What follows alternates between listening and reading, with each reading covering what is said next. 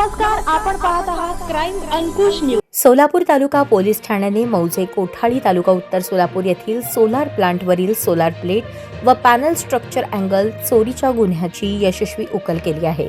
या प्रकरणी 5 आरोपींना ताब्यात घेण्यात आले असून त्यांच्यासोबत 2 विधी संघर्षग्रस्त बालकांचा सहभाग असल्याचे तपासात निष्पन्न झाले आहे।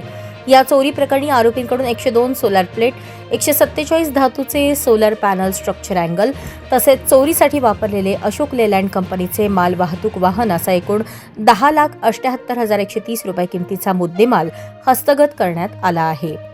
ही कारवाई पोलीस अधीक्षक अतुल कुलकर्णी यांच्या मार्गदर्शनाखाली पोलीस निरीक्षक राहुल देशपांडे यांच्या नेतृत्वाखाली सोलापूर तालुका पोलीस ठाण्याच्या पथकाने केली असून पुढील तपास पोलीस करत आहेत।